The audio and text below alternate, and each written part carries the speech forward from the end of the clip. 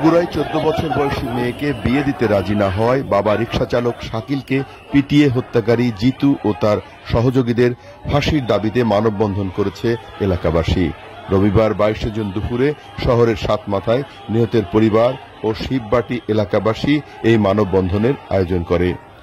NCP Bogura জেলার সংগঠক শওকত ইমরানের সঞ্চালনায় এতে বক্তব্য রাখেন বৈষম্য বিরোধী ছাত্র আন্দোলনের জেলার সদস্য সচিব সাকিব খান, নিহত শাকিলের মা, স্ত্রী মালেকা, বোন আয়শা, বোন আশা খাতুন, মনীষা, এলাকাবাসী শাওন, শহীদুল ইসলাম, ফরহাদ ও শাফি প্রমুখ।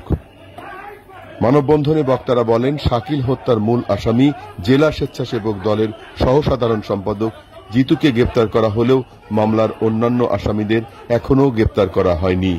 তাদের দ্রুত গ্রেপ্তার করতে প্রশাসনের কাছে দাবি জানানো হয়।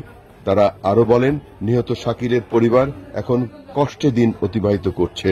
তারা ন্যায্য বিচার পাওয়ার আশায় আইনের দ্বারস্থ হয়েছে। এলাকাবাসী খুনি জিতু সহ তার সহযোগীদের ফাঁসি দাবি করেন।